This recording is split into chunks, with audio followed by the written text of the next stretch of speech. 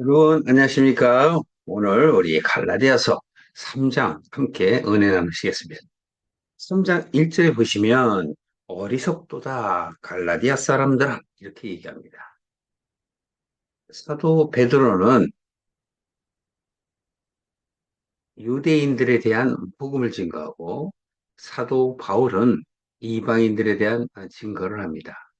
무슨 증거요? 예수님이 그리스도가 되신 것을 증거하는 것이지요. 그런데 우리가 1장, 2장 살펴본 바처럼 바울이 회심한 이후에 많은 시간이 흘렀습니다. 그런데 그 복음이 전한 그 결과를 제대로 얻지 못하고 방해하는 세력으로 인하여 사도 바울은 예, 자신의 믿음에 대해서 강력하게 이방인들에게 증거합니다. 물론 유대인들도 오늘날 이 바울의 서신들을 보고 회심하는 사람들이 많고 자기 자신의 신앙을 돌아볼 수 있는 그러한 계기가 될 것입니다. 어리석은 갈라디아 사람들아 라고 얘기한 것은 바울이 정말 회심한 이후에 참복음을 그들에게 증거했으며 또 그들이 잘 받아들였는데 유대로부터 온, 즉 이스라엘로부터 온 유대인들이 할례를 비롯하여 율법에 관련된 것들을 지키는 것이 좋다고 말을 하니 그들의 마음들이 흐트러지게 되어 있었습니다. 그래서 사도 바울은 갈라디아인들에게 지금 참복음을 받아들였던 너희가 옛 것으로 다시 돌아가려느냐? 라고 말하기 위해서 어리석다라고 얘기하는 것입니다. 자, 함께 보실까요? 어리석도다 갈라디아 사람들아 라고 하면서 예수 그리스도께서 십자가에 못 박히신 것이 너희 눈앞에 보이거늘 누가 너희를 깨느냐. 이것은 너희 눈앞에 보인다는 것은 그들이 사도 바울의 그 복음을 받아들인 겁니다. 그래서 바로 예수 그리스도, 즉 메시아가 너희 앞에 있다고 표현을 하게 되는 것이죠. 그렇다면 무엇들이 우리들의 신앙을 방해합니까? 세상에 많은 사람들이 추구하는 그 가치관이 나를 흔들기 때문에 그렇습니다. 우리가 세상에 있기 때문에 많은 사람들이 내게 세상적인 말을 할 때 흔들린다는 것은 내 안에 마치 갈라디아인처럼 믿음이 확고하지 못하기 때문에 흔들리는 것이죠. 세상은 특히 틈만 있으면 믿는 자들로 하여금 하나님께 가지 못하게 우는 사자와 같이 덤벼들고 합니다. 그래서 우리가 이 말씀을 하기 위해서 바로 고린도후서 4장 한번 보시겠습니다. 고린도후서 4장 4절입니다. 4장 4절 제가 읽어드릴게요. 3절부터 보면 만약에 우리의 복음이 가리웠으면 망하는 자들에게 가리운 것이라. 이거 망하는 자. 이것은 나를 방해하는 거예요. 내가 하나님의 길로 가는 것을 방해하는 자. 오늘날로 치면은 교회라는 이름으로 인하여 하나님의 말씀을 증거하지 아니하고 자기의 의를 드러내며 자기의 이익을 추구하는 것. 오늘날의 말씀을 증거하는 것들은 교회에서 상실된 지 이미 오래입니다. 물론 반듯한 교회도 있습니다만 하나님의 말씀을 제대로 가르치지 아니하며 하나님의 말씀을 모르는 세상 사람들은 그것이 마치 진리인 양 자꾸 무엇을 지켜야 되고 또 와서 어떻게 찬양과 예배와 기도하는 것들이 하나님의 나에 대한 구원을 확증하는 것이라고 착각을 하기 때문에 그래요. 여러분은 어떻습니까?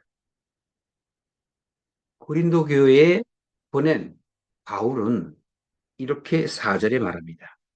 세상 신이, 세상 신은 세상의 가치를 얘기하는 겁니다. 세상 신이 믿지 아니하는 자들의 마음을, 여기서 믿지 아니한다는 것은 믿음에 확신이 없는 자들을 얘기하는 거예요. 또 마음을 해요. 그러니까 헷갈리는 것이죠. 여러분들이 창세기 1장 2절에 보면 어떡하죠? 땅이 공허하고 혼돈하며 흑암의 깊음 안에 있다 이렇게 말씀하죠. 여기서 여러분들 한번 상상을 해보세요. 마음을 혼미하게 한다고요. 여러분들이 자신의 마음을 흔들어요. 우리들의 교회에 먼저 나왔던 그 선배들이 하는 말이 이렇게 해야 한다 하니 믿음을 처음 갖는 초보 신앙인들은 알 수가 없는 것이죠. 그래서 바로 이렇게 얘기합니다. 그리스도의 영광의 복음의 광채가 비치지 못하게 함이라. 왜? 그들의 말에 현혹이 되기 때문에. 왜? 자기 자신은 모른다고 생각하니까 그렇게 하는가 보다라고 생각하는 것입니다. 또 이렇게 말합니다. 그리스도의 영광의 복음의 광채가 비치지 못하게 한다. 그것은 바로 뭐야? 그리스도는 하나님의 형상이니라. 여러분, 그리스도가 하나님의 형상. 그러니까 바로 하나님을 대신해서 이 땅에 있는 구원받을 자들에게 나타나시기 위해서 육신의 모습으로 오신 것을 얘기하는 거예요. 그러니까 어떻게 보이지 않는, 즉 형이상학적인 그런 하나님을 의미하는 것이 아니라 참 하나님, 유일하신 하나님을 말하는 거예요. 요거 7장 3절에 보면 하나님의 일은 뭐라고 그랬죠? 참 유일하신 하나님. 또 그의 보내신 자 예수를 믿게 하는 것. 근데 거기서 예수를 믿게 하는 건 뭐냐면 예수가 그리스도이신 것을 믿게 하는 거예요. 그래서 믿음으로 말미암아 우리가 구원을 받는 것이지 어떤 율법의 행위로서 구원을 받는 게 아니에요. 그것은 창세기에 아브라함에게 언약하신 하나님께서 너와 내 자손을 어떻게 하신다고 그랬어요? 바다의 모래알같이 한다고 그랬죠. 그런데 사도행전을 우리가 자세히 살펴보면 바로 무슨 말을 하냐 하면 그 자손은 여럿을 얘기하는 것이 아니라 오직 한 사람을 얘기한다. 그 자손은 바로 누구냐? 예수 그리스도를 얘기하는 거예요. 예수 그리스도, 그 그리스도를 통해서 모든 것을 정복하시는 거예요. 그렇다고 예수님이 막 이 세상의 왕이 되시는 게 아니란 말이에요. 그래서 사람들은 오병이어, 칠병이어, 이적을 보일 때 예수님을 이 세상의 왕으로 착각을 하고 저렇게 능력이 있고 막 하늘과 땅을 막 다스리고 기적을 일으키는 사람이라면 우리의 왕이 되었으면 좋겠다라는 생각을 했던 것이죠. 착각이란 말이에요. 하나님은 이 세상에 대해서 관심이 있는 것이 아니라 여러분과 저의 마음에 관심이 있는 거란 말이에요. 그러니 성경의 모든 것은 마음에 관한 이야기지 밖의 얘기가 아니에요. 바로 그 아브라함에게 언약한 것은 바로 무엇을 언약을 했어요? 구원을 얘기하는 거랍니다. 너로부터 나오는 그 씨가 온 세상의 많은 사람들을 구원하게 할 것이다. 그 온 세상의 사람들은 바로 어떤 사람이냐? 선택받은 자라고 생각하는 이스라엘 사람들이 아니라 구원받기에 합당한 자를 얘기하는 거예요. 그럼 구원받으려면 어떤 자세가 돼야 되고 어떤 상태가 돼야 되느냐? 우리가 전적으로 하나님을 신뢰하며 하나님 은혜 안에 들어가려고 하는 자들이 바로 준비된 자예요. 그들이 우리 성경에서 말할 때 특히 사복음서에서 얘기할 때 여러 가지 비유를 얘기하는 거예요. 바로 기름을 준비한 열 처녀 가운데 준비하지 못한 처녀는 못 가고 준비한 처녀는 간다. 그런 것도 하나의 예로서 말씀드린 거예요. 모든 비유는 우리 마음에 관한 비유란 말이죠. 황자의 비유도 마찬가지고 대비유도 마찬가지고 그 외에 여러 가지 비유들이 있지만 다 구원에 관련된 것이지 이 세상의 가치에 대한 그러한 말씀이 아니라는 것을 여러분들이 아셔야 돼요. 그런데 율법은 언제 생겼습니까? 요셉의 손자인 요셉이 아니죠. 아브라함의 손자. 아브라함의 바로 누구죠? 아들은 이삭이었고 이삭의 아들은 야곱이었죠. 야곱의 아들 증손자겠네요. 그 아들인 요셉 이후 애굽에서 그들을 나오게 하고 가나안 땅으로 옮기실 때에 광야에서 모세를 통하여 율법을 주셨잖아요. 성경의 기록으로 보면 그렇게 얘기합니다. 430년, 430년도 사실은 더 됐습니다만 아브라함서부터 따지면 그 율법이 하나님께서 아브라함과 언약한 것보다 더 먼저 있지 아니한데 그 율법을 지킴으로 인하여 구원을 받는다는 것이 논리적으로 말이 안 되지 않느냐라고 사도행전에 나오는 것이죠. 스테반이 유대인들한테 증거할 때도 그런 이야기를 하는 것이에요. 그래서 그는 유대인들이 스테반을 처단할 때, 처단이라는 폼이 그 단어도 마땅치 않습니다만, 이제는 선택받았다며 스테반이나 다른 선지자나 또는 예수님을 죽이는데 그들이 앞장서서 나선 것입니다. 오늘날에 여러분, 교회 다니시고 크리스찬이라고 자처하는 여러분들은 어떤 신앙을 갖고 계신지요? 참으로 궁금합니다. 좀 더 보시겠습니다. 바로 이렇게 하나님의 형상이라고 그래놓고 5절에 보면 우리가 우리를 전파하는 것이 아니라 오직 그리스도가 예수의 주 되신 것. 예수님이 주가 된 거예요. 그리스도 예수라는 표현을 쓴다는 건 사도 바울이 예수가 그리스도가 되신 것을 마음으로 확신했기 때문에 꺾어서 얘기하는 거예요. 그리스도가 대신 육신의 예수를 얘기하는 거예요. 그분이 마치 우리가 처음 신앙을 갖게 되면 주로 여기는 거예요. 그러나 우리의 믿음이 자라면 주와 종의 관계에서 친구의 관계에서 어떤 관계예요? 부부의 관계로 나아가는 거란 그 관계는 비유로 얘기하는 것이지 정말 그런 게 아니에요. 우리가 자녀의 관계로서 아버지 하나님께 부르짖죠. 저도 그렇게 합니다만. 그것은 하나님과 나와의 가까운 관계를 인식하며, 인지하며 하나님과 커뮤니케이션 하는 거잖아요. 다르게 생각을 하면 그 기도 자체가 탁 틀어진단 말이에요. 그게 아니에요. 그래서 6절 보세요. 어두운 데서 빛이 비치리라 하시던 그 하나님께서 예수 그리스도의 얼굴에 있는 하나님의 영광을 아는 빛을 우리 마음에 비추셨느니라. 어디다 비춰요? 마음에 비추셨느니라. 네, 다시 갈라디아서로 오겠습니다.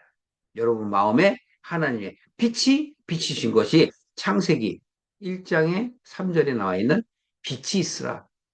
그래서 어둠에 있는 내가 그 빛을 보게 되는 하나님의 은혜가 있는 거예요. 어둠 속에만 있으면 빛을 볼 어떤 생각조차 갖지 않기 때문에 그렇습니다. 그래서 다시 갈라디아서 3장의 1절에 보면 이렇게 얘기하는 거예요. 누가 너희를 꾀더냐? 세상의 가치가 우리를 꾀는 거예요.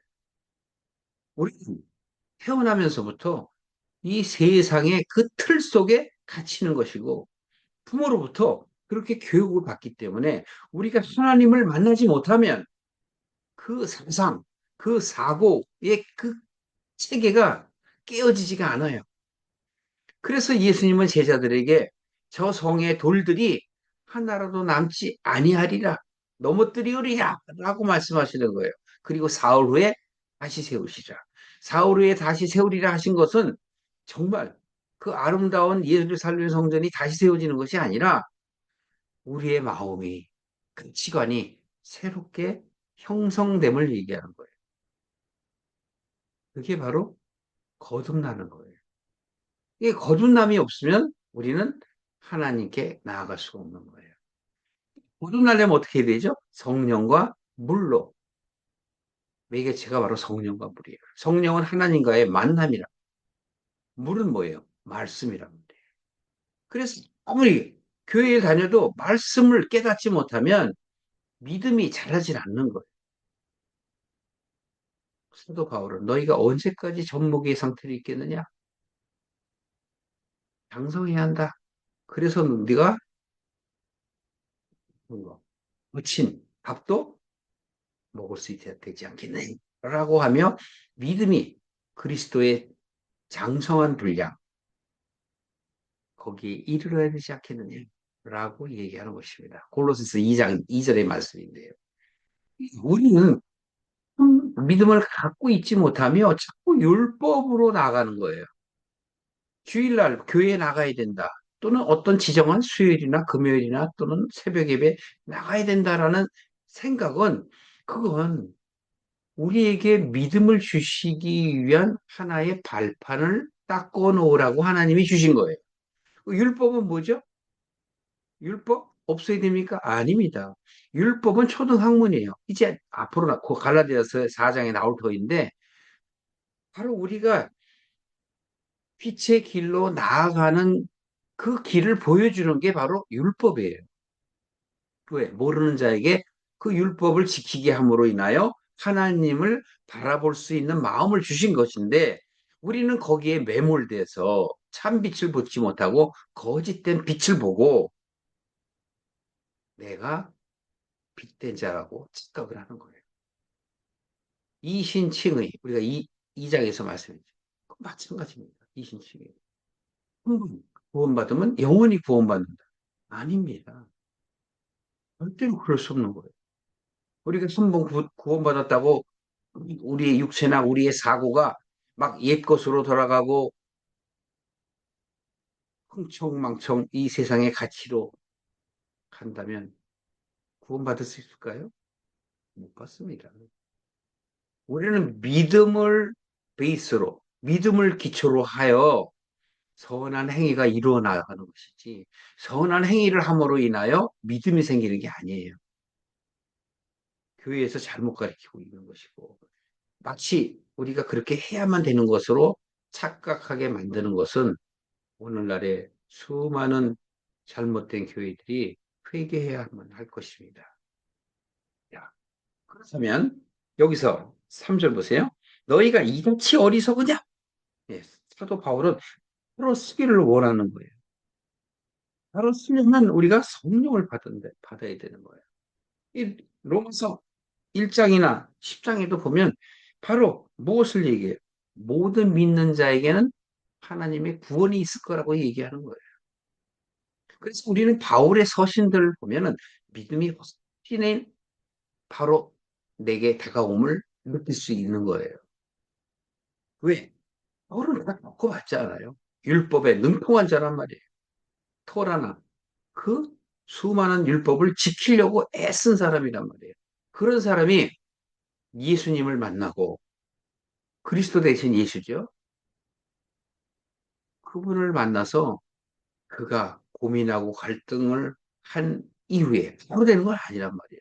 눈이 멀었잖아요. 그게 고난이고. 또 아라비아에 가서 3년 동안 또 있었지 않습니까? 그게 자신에 대한 싸움이잖아요. 거기에서 바로 그리스도 대신 예수를 몸소 자기 마음의 확신을 얻고 하나님의 길로 나가는 믿음의 선진이란 말이죠. 그래서 너희가 많은 괴로움을 헛되이 받았느냐? 그것이 헛되냐?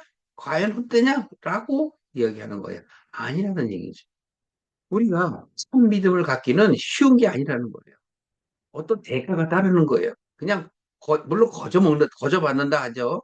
근데 거저 받으니 우리도 거저 줘야 한다는 말이 있듯이 그 얘기는 뭐냐면 나의 어떤 그런 노력과 무엇으로 인해서 얻어지는 것이 아니고 하나님이 주시는 은혜다. 일방적인 은혜지. 내가 뭘 했기 때문에 조건에 의해서 부응하는 대가가 아니라는 것을 말씀하는 거예요. 너희에게 성령을 주시고 그렇습니다. 이게 답입니다. 하나님의 성령을 받아야 돼요. 하나님께서 주시는 은혜가 성령이십니다. 성령을 주시고 너희 가운데 능력을 행하시는 이 누구죠? 하나님이시잖아요. 예수님은 하나님의 형상으로 오셨고 하나님의 일을 하기로 오신 거예요. 요한복음 6장 39절에 보면 수도 없이 제가 말씀을 드리나봐. 나는 내 일을 하러 온 것이 아니라 아버지의 일을 하러 왔다. 그 아버지의 일은 너희를 마지막 날에 다시 살리는 것이다. 그렇습니다. 그래서 우리에게 복음을 증거하시는 것이고 구약은 바로 그림자라면 신약은 실상인 것이에요. 무슨 실상? 구원의 실상, 하나님의 약속의 실현, 아브라함에게 말씀하셨던 것, 그 언약이 이루어지는 것이란 말이죠. 너에게 성령을 주시고 너희 가운데 능력을 행하시는 이에 일이 율법의 행위에서냐 아니면 듣고 믿음이냐. 여기서 듣고 바울의 복음이죠. 그걸 보고 바울의 그 복음을 듣고 그렇구나. 여러분 하나님의 나라는 여기 있다 저기 있다 하는 것이 아니요. 어디 있다 그러죠? 너희 마음 안에 있느니라. 하나님의 성령은 어떻게 임한다고 그러죠? 천국이 어떻게 임해요? 예, 동에서 서의 번개가 번쩍 하면서 들어온다는 거예요. 마치 바람과 같다라는 바람과 같고 번개와 같다라는 건 바로 무엇을 얘기하냐? 내 속에 느껴지고 깨달아질 때 바로 내 마음에 들어오는 걸 얘기하는 겁니다. 아직도 제 말이 어렵습니까? 여러분들에게 참된 말씀을 깨닫길 바래요. 그래서 날로 날로 여러분들의 그 마음이 그 영성이라고 얘기하거든요. 그 영성이 전진되어 나가야 돼요. 그렇다 할지라도 우리는 빛이 될 수 없습니다. 그런데 하나님께서는 빛이라고 인정을 해주세요. 다음에 그런 말씀을 나누기로 하고, 그래서 여기 아까 제가 말씀드린 그 내용들이 나오는데, 보십시오. 5절, 우리가 율법의 행위에서냐, 듣고 믿음에서냐라고 그들의 심경을 흔들며 하시는 말씀이 지금 바울 얘기입니다. 아브라함이 하나님을 믿음에, 예, 바로 아브라함이 하나님을 믿었죠. 처음부터 믿은 건 아닙니다. 그러나 아브라함이 하나님을 믿음에 이것을 그에게 의로 정하셨다 한가 같으니. 예. 아브라함이 정말 하나님의 말씀을 믿어지니 하나님은 그것을 보시고 의로 정하셨다는 거예요. 아브라함이 100세가 넘어서 이삭, 그 외아들이죠. 이삭을 얻기까지 얼마나 고생했습니까? 부인들의 여러 가지 질투도 있었고, 또 아브라함도 나이가 90이 넘어서 힘든데 아이를 줄 수 있다고 그러니 얼마나 황당하겠어요. 하나님에게 자기가 섭섭한 마음을 얘기해요. 아닙니다. 다마스 엘리에셀이 나의 후계가 될 것입니다. 내 기업을 물려받을 것입니다. 이렇게 얘기하니까 하나님이 아니다. 내 몸에서 난 자라야 할 것이다. 하나님이 계획 안에 있는 거예요. 여러분이나 저도 하나님의 계획 안에 있는 걸 여러분들이 믿어지기 바랍니다. 그래서 우리가 하나님의 말씀이 들어오게 되는 거고 믿음이 생기는 거란 말이에요. 믿음은 들음의 사람은 들음은 뭐예요? 깨닫는 말씀이란 말이에요. 깨달아지는 말씀. 사도 바울이 깨달아진 말씀을 전했잖아요.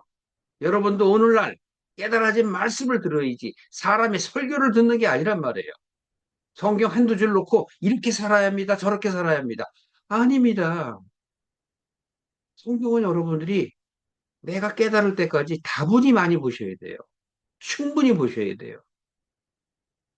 그 보실 때, 여러분들이 보실 때 하나님께서 역사하세요.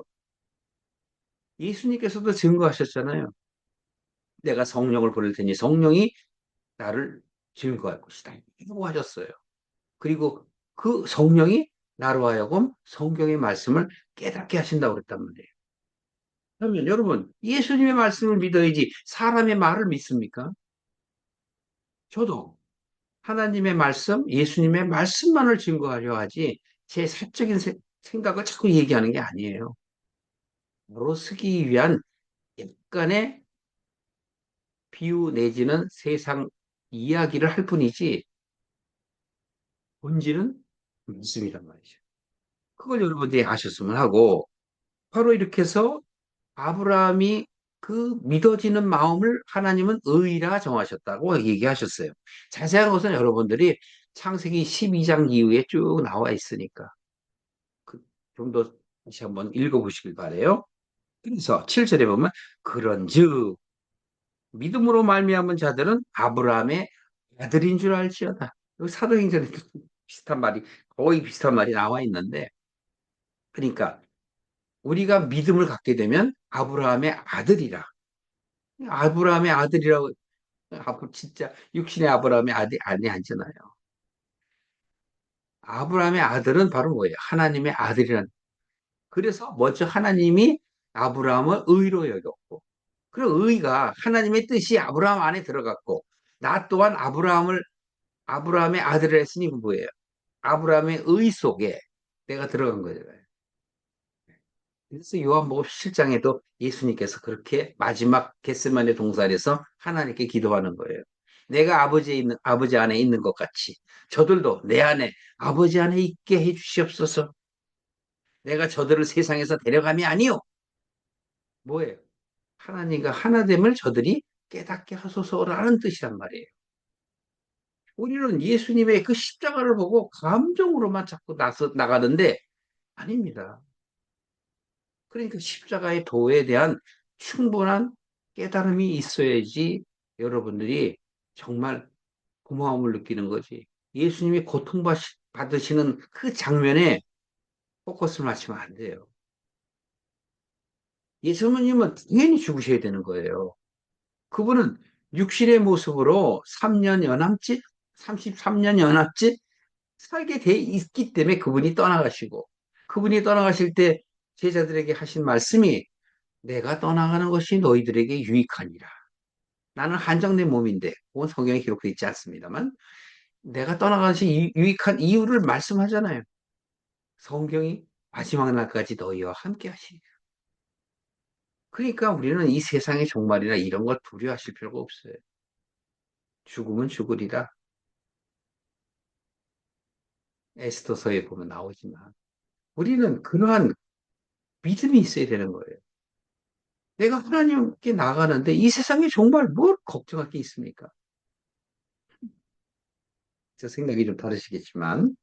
그래서 바로 6절에 그렇게 말씀하시는 거예요. 하나님이 이방을 믿음으로 말미암아 의로 정하실 것을 성경이 미리 알고 라는 얘기를 하나님께서 왜 아브라함을 믿음의 조상이라고 명명하시느냐 하는 그 이유를 지금 사도 바울이 깨닫고 내가 알고 있던 그 율법 내지는 하나님에 대한 그 역사 기록이 바로 그것이었구나 하고 깨달은 거예요. 그래서 바로 이렇게 얘기하는 거예요. 의로 여겼다. 의로 정하실 것을 성경이 먼저 알았다는 거예요. 그 얘기는 뭐예요?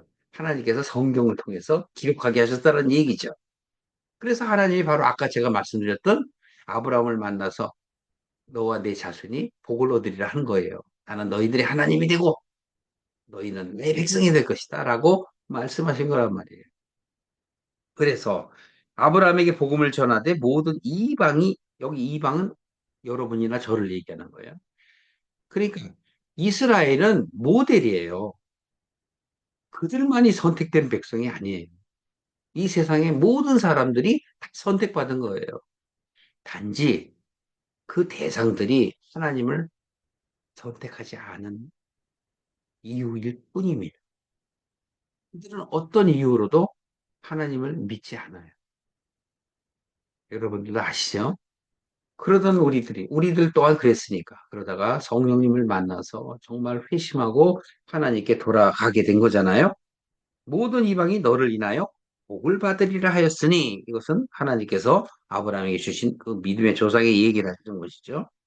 그래서 여러분 오늘 자세하게 여러분들에게 얘기하면 시간이 너무 많이 걸리기 때문에 짧게 짧게만 말씀을 드리고 예전에 제가 설교한 것들을 차후에 갈라디아서 다 끝나면 다시 올려드릴 테니까 참조하시기 바래요. 그래서 바로 사도 바울은 이렇게 이야기합니다.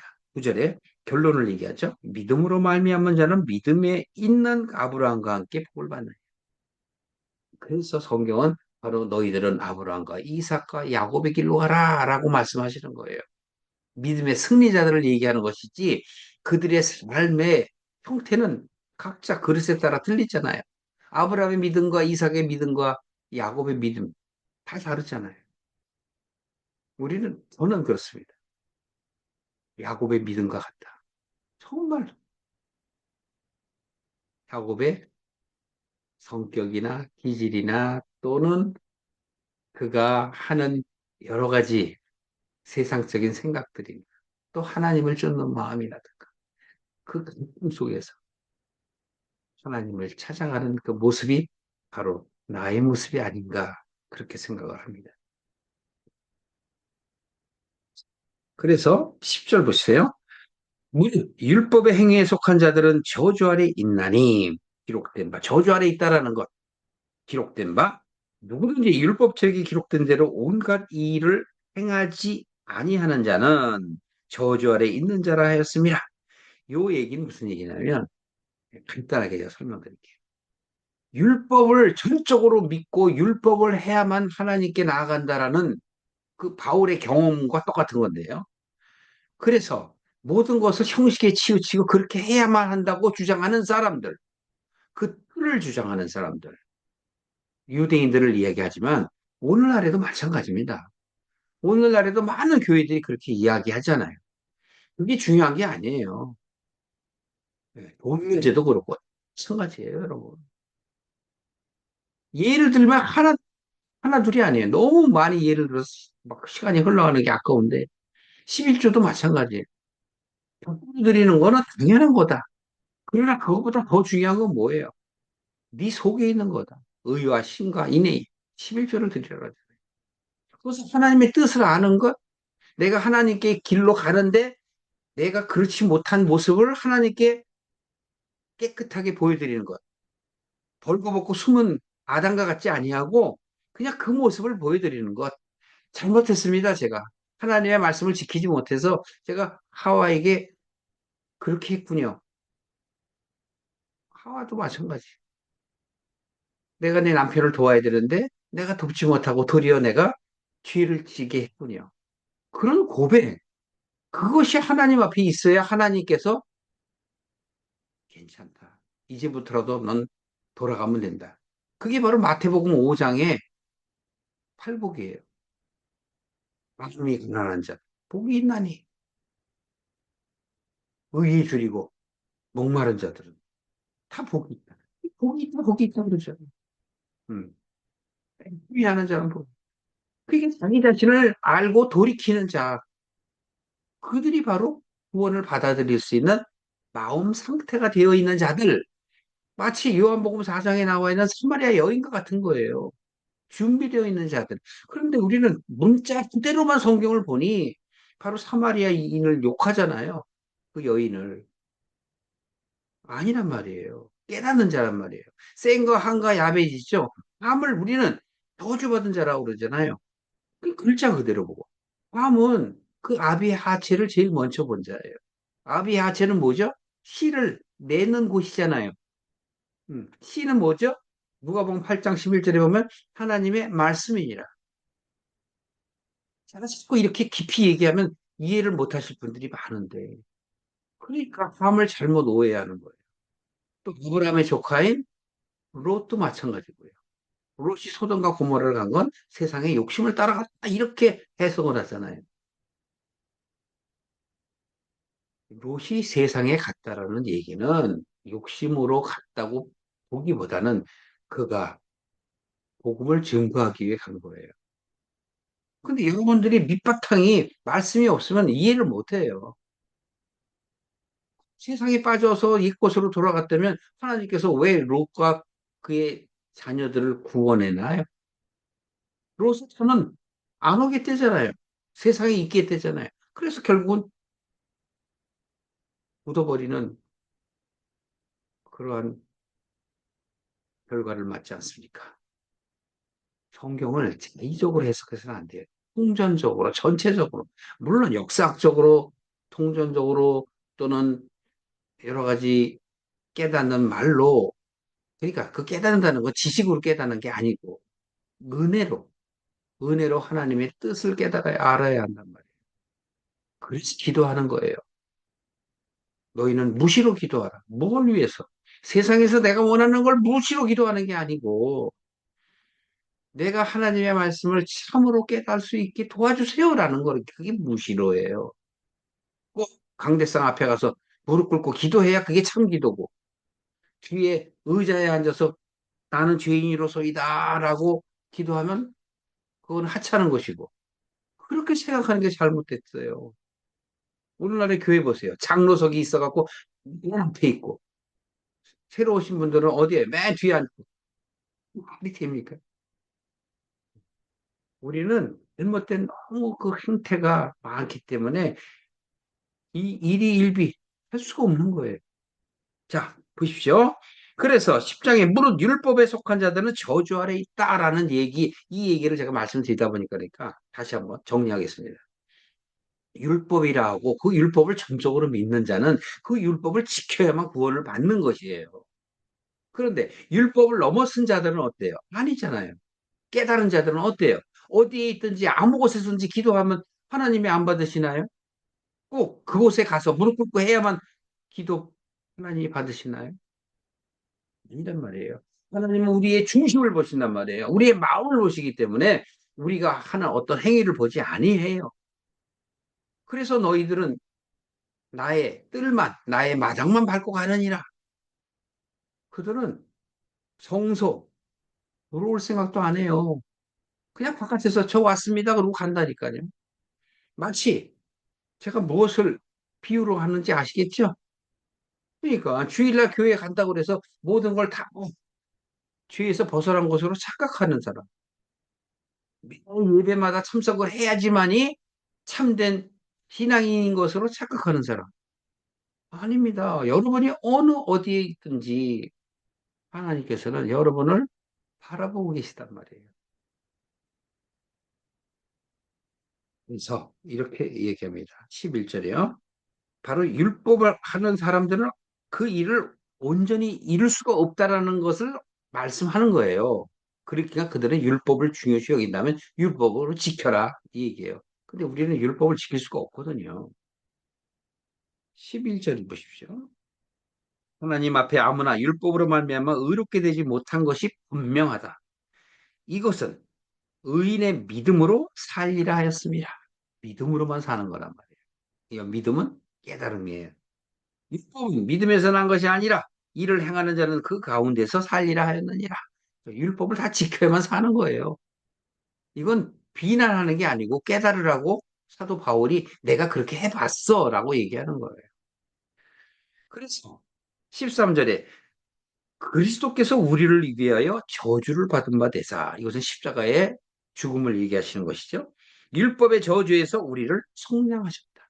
그래서 예수님은 우리의 죄를 과거의 모든 사람들의 죄와 현재 있는 그 신약 시대의 사람들의 죄와 또 오늘날 우리들의 죄와 또 미래에 하나님께 나아갈 사람들의 죄를 속량하신 거예요. 그래서 그분이 그리스도시래요. 그분이 바로 메시아인 거예요. 그분 외에는 할 수가 없는 거예요. 그분이 바로 길이요 진리요 생명이란 말이죠. 13절 중반절에 보면 우리를 위하여 저주를 받은 바 되셨어요. 율법의 저주에서 우리를 속량하셨으니 기록된 바 나무에 달린 자마다 저주 아래 있는 자라 하였습니다. 성경을 보실 때 여러분 보시야 되는 게 성경에는 두 가지가 있어요. 항상 하나님 쪽에서 보면 악이고 내가 볼 때는 선이란 말이에요. 이게 분배가 돼야 돼요.